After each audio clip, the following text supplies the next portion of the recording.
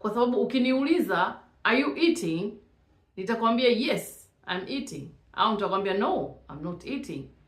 Lakini ukitaka kujua zaidi ninakula nini, lazima uongeze ile nini pale. Hapo ndo tunapokuja sasa kwenye maswali ya WH. Okay? WH questions ziko kama sita au zaidi, lakini tutaziongelea zote. Don't worry.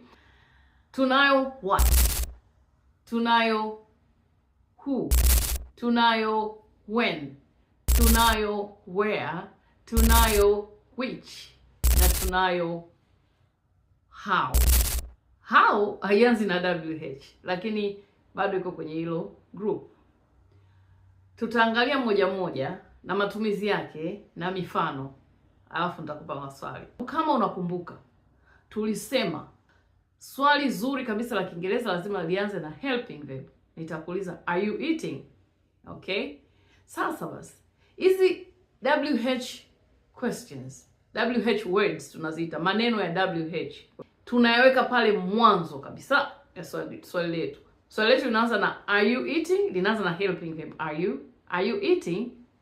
Kwa hiyo nitakuuliza what are you eating? Unakula nini? Nataka kujua zaidi.